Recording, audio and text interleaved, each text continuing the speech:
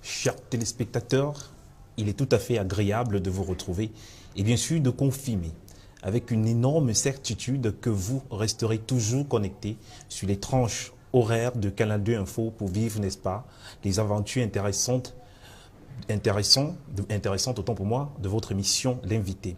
Merci donc, mesdames et messieurs, de nous retrouver. Aujourd'hui, comme les jours qui viendront, évidemment, nous nécessiterons de parler de l'économie numérique parce que c'est un sujet qui intéresse le monde entier, vous intéresse aussi, chers téléspectateurs. Merci donc de nous retrouver sur Canal 2 Info. Pour en parler aujourd'hui, c'est avec un habitué probablement de cette antenne. Il s'agit de Maître Chodjo. Il est entrepreneur numérique et cadre télécom, présent aujourd'hui pour nous parler de ces innovations dans le domaine de l'économie numérique. Bienvenue à vous, Maître. Bonjour Junior, bonjour téléspectateurs de Canal 2 International et de Canal 2 Info partout dans le monde. Alors, Maître, nous voici rapidement plongés dans l'économie numérique, un contexte qu'on ne peut plus aujourd'hui nier l'existence aussi réelle. Déjà, on va commencer par comprendre ce que c'est que l'économie numérique. L'économie numérique peut être définie comme toute forme d'activité créatrice de richesse basée sur les nouvelles technologies de l'information et de la communication, comme les ordinateurs, les téléphones Android. Voilà. Je pense que c'est une définition complète.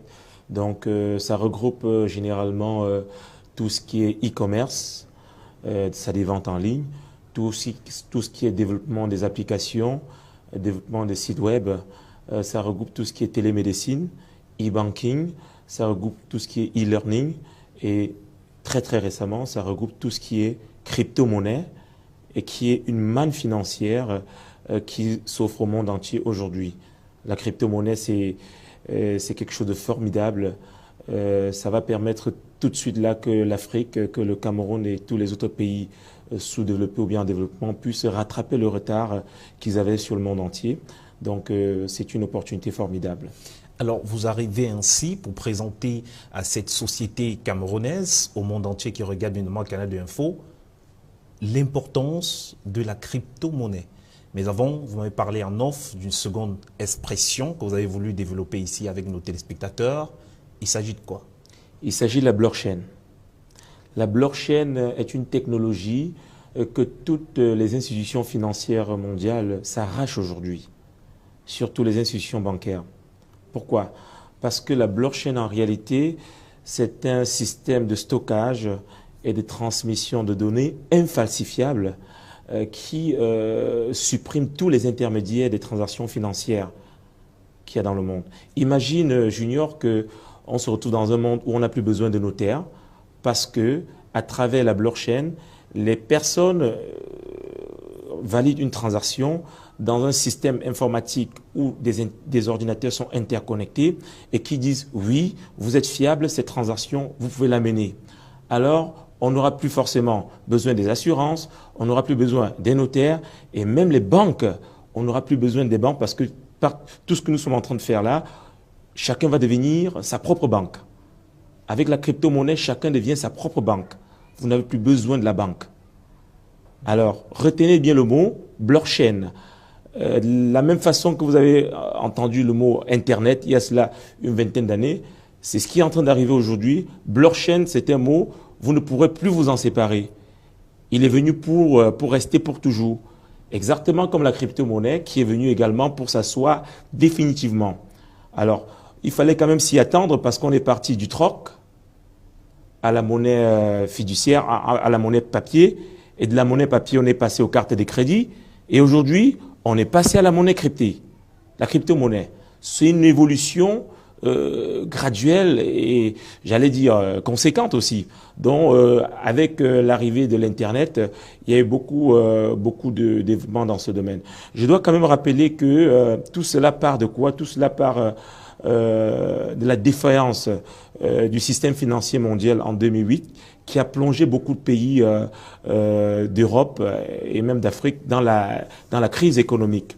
Alors, il y a un développeur qui s'appelle Satoshi Nakamoto qui s'est dit, mais c'est pas possible qu'avec l'Internet et toutes ses capacités, aujourd'hui, on soit encore là à se faire spolier par les banques et à ne plus pouvoir vivre de son propre argent. Alors, il a réfléchi et avec l'aide d'autres développeurs, ils ont mis un système qu'on appelait la crypto-monnaie sur pied. Et la première crypto-monnaie qui a été créée était bien le Bitcoin. Je rappelle toujours que le Bitcoin, c'est l'ancêtre de toutes les crypto-monnaies que nous avons aujourd'hui. Aujourd'hui, nous avons le Bitcoin, le Leocoin, le Coin, le Littlecoin. Il y a un ensemble de crypto-monnaies, mais toutes fonctionnent de la même façon. D'accord. Alors, vous parlez là d'un schéma qui est assez numérique, dont la compréhension semble assez difficile. On va rester dans un contexte assez simple pour pouvoir permettre à nos téléspectateurs, à nos familles, aux femmes de nos sous-quartiers de comprendre qu'il est aujourd'hui nécessaire de s'engager, de tirer profit. Mais avant de tirer profit, on veut comprendre terre à terre de quoi il s'agit exactement. OK. La crypto-monnaie est une monnaie virtuelle. Quand on dit virtuel, ça dit que c'est un jeton numérique. Ça dit, vous donnez de l'argent en espèces, vous achetez votre fortune virtuelle. C'est comme de l'or que vous achetez, mais vous ne pouvez pas toucher. C'est sur Internet. C'est dans un compte qu'on a créé pour vous sur Internet. Mais à la seule différence qu'on peut entrer dans ce compte et transformer une partie, n'est-ce pas, de votre fortune en espèces et vous toucher physiquement. Donc c'est une fortune qui est gardée sur Internet. C'est pour cela que c'est le lieu le plus sûr. Une fortune qui est vendue. C'est une fortune qui vous est vendue sur Internet. Parce que vous louez les serveurs des plus grands développeurs du monde pour pouvoir miner cette monnaie. C'est comme si on creusait de l'or pour vous et on mettait de côté. À quel moment le danger peut être minimisé? Le danger peut être... Ou alors, vous voulez voir le risque? Justement. Le risque, c'est que Internet s'arrête. Mais croyez-moi, l'Internet n'est pas prêt de s'arrêter. Le seul risque à investir dans la crypto-monnaie aujourd'hui, c'est que l'Internet s'arrête. Je rappelle qu'en 2009, lorsque le Bitcoin a été lancé par Satoshi Nakamoto, le Bitcoin, à l'époque, un Bitcoin valait 0,004 $. Un étudiant norvégien du nom de Christopher en avait acheté pour 20 $, juste par curiosité, environ 11 700. 4 années après, donc en 2013, il est allé consulter son compte virtuel et constate qu'il y a dans son compte 832 000 $. Junior, je suis en train de dire que ce jeune homme, en moins de 5 ans, s'est fait près de 500 millions de francs juste parce que le Bitcoin avait pris de la valeur. Et toutes les monnaies cryptées subissent le même sort ou alors passent par le même cheminement. En tout cas, aujourd'hui, vous êtes en train d'inviter la population camerounaise et étrangère à adhérer à un mécanisme virtuel dans lequel, aujourd'hui, il est possible de s'enrichir de manière progressive sans toutefois toucher de l'argent qu'on croit progresser. C'est ça dont vous êtes en train de parler. Pas du tout. C'est un investissement. Un investissement. Oui. Vous achetez votre fortune en monnaie virtuelle.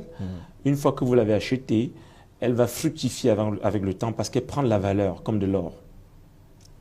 Si on revient sur le cas du Bitcoin, un Bitcoin en 2009 valait 0,04 $. Mais ce que vous ne savez pas, c'est que lorsqu'on a coté le Bitcoin pour la première fois à la bourse, un Bitcoin valait 0,3 $. Alors, qu'est-ce qui se passe entre juin 2010 et novembre 2013? Le Bitcoin va subir quelques variations et va culminer en novembre 2013 à un Bitcoin pour 1000 $. Ça veut dire qu'un Bitcoin valait 1000 $. Autant vous dire que tous ceux qui ont acheté le Bitcoin étaient devenus des milliardaires. C'est incontestable. Vous pouvez vérifier sur Internet, vous pouvez vérifier. Faites vos recherches, lisez les grands journaux comme The Guardian, lisez Le Monde. Et toutes ces informations sont à notre portée. Le problème, je dis toujours, c'est parce que nous ne recherchons pas activement. Et quand on ne recherche pas activement, l'ignorance finit par nourrir la peur. Donc l'une des choses qui est formidable dans cette nouvelle dynamique, c'est que lorsque vous achetez votre fortune, j'ai vu un papa qui a acheté pour 3 000 $ de Bitcoin l'autre jour, de Coin, et d'ici, selon les prévisions, d'ici fin décembre, sa fortune qui était de 1 900 000 va passer tout simplement à 6 millions. Tout simplement. Donc il n'y a rien à faire, ça va arriver et tout ça est déjà connu dans le système. Ok. Donc, alors, Maître Chedjou, l'une des réalités aujourd'hui, c'est l'accès à Internet, qui n'est pas chose facile au Cameroun. Cependant, par plusieurs mécanismes, les jeunes Camerounais, bien sûr, essayent de trouver des moyens pour y parvenir. Alors, est-ce que vous avez prévu justement cet obstacle lié à la fracture numérique? Je pense que la fracture numérique ne devrait plus être brandie comme excuse pour ne pas se mettre à l'école du numérique. Le chef de l'État a demandé qu'on essaie d'accompagner, que tous les organismes accompagnent la jeunesse et les Camerounais dans l'arrimage au numérique. Ça, c'était dans son discours du 10 février 2016 à la nation, surtout la nation jeune. Donc, depuis un certain temps, il y a quand même la 4G au Cameroun. Beaucoup de jeunes ont des gros téléphones, je peux vous garantir, des grosses marques de téléphones, mais ils ne l'utilisent pas encore de façon intelligente. Il est question d'arrêter de passer le temps à filmer le nombre de bières qu'on a bu la veille pour envoyer à ses amis. Il est question d'arrêter de filmer des images obscènes, scandaleuses pour envoyer sur des forums où il y a des personnes intelligentes. Mais il est plutôt question de dire, mais tiens, si ce téléphone a autant de potentialité, c'est parce que je peux créer de la richesse avec. Si mon ordinateur que le chef de l'État m'offre est là, c'est parce que je dois créer de la richesse et développer mon pays. Donc, il faut que nous arrêtions. Je ne dis pas qu'on ne doit pas s'amuser, parce que c'est aussi un outil ludique, mais c'est d'abord un outil intelligent. Il faut mettre l'accent, je peux dire 90%, à rechercher activement les moyens de gagner de l'argent et créer de la richesse sur les NTIC et 10% du temps pour s'amuser. Je pense que ce serait raisonnable. Voilà. Ok. Alors maintenant, on n'est pas loin de croire, bien évidemment, que la richesse peut s'obtenir en restant tout simplement derrière son ordinateur portable, son téléphone Android. Bref, il faut des idées et des pensées. Est-ce qu'aujourd'hui, la jeunesse camerounaise, que d'ailleurs vous essayez de valoriser à travers votre charisme même en tant que jeune, a justement ces capacités à rester intelligente, à y arriver, à croire fermement qu'on peut réussir à travers le numérique? Je crois en la jeunesse camerounaise. C'est une jeunesse très très dynamique en plus. Tout ce que je demande à cette jeunesse, et pas seulement à la jeunesse, aux Camerounais.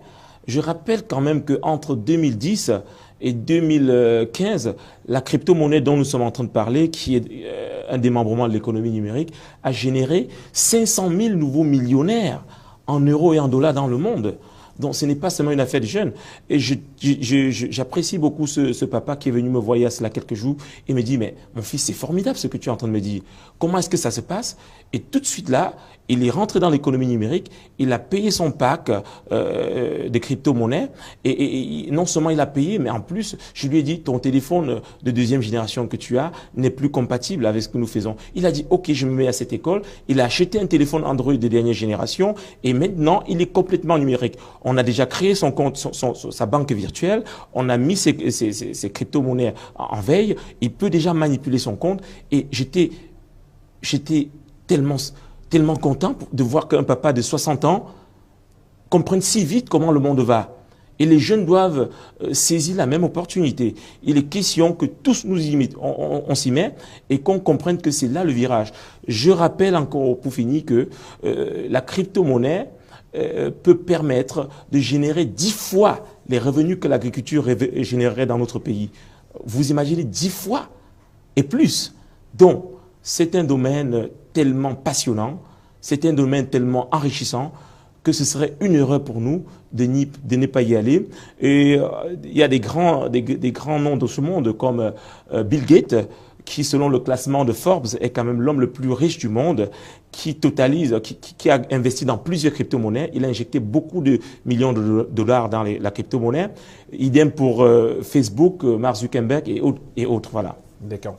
Alors, en fait, dans un cadre assez humble et noble qu'est les familles, nos parents, nos mamans, il y aura quand même un doute qui va persister.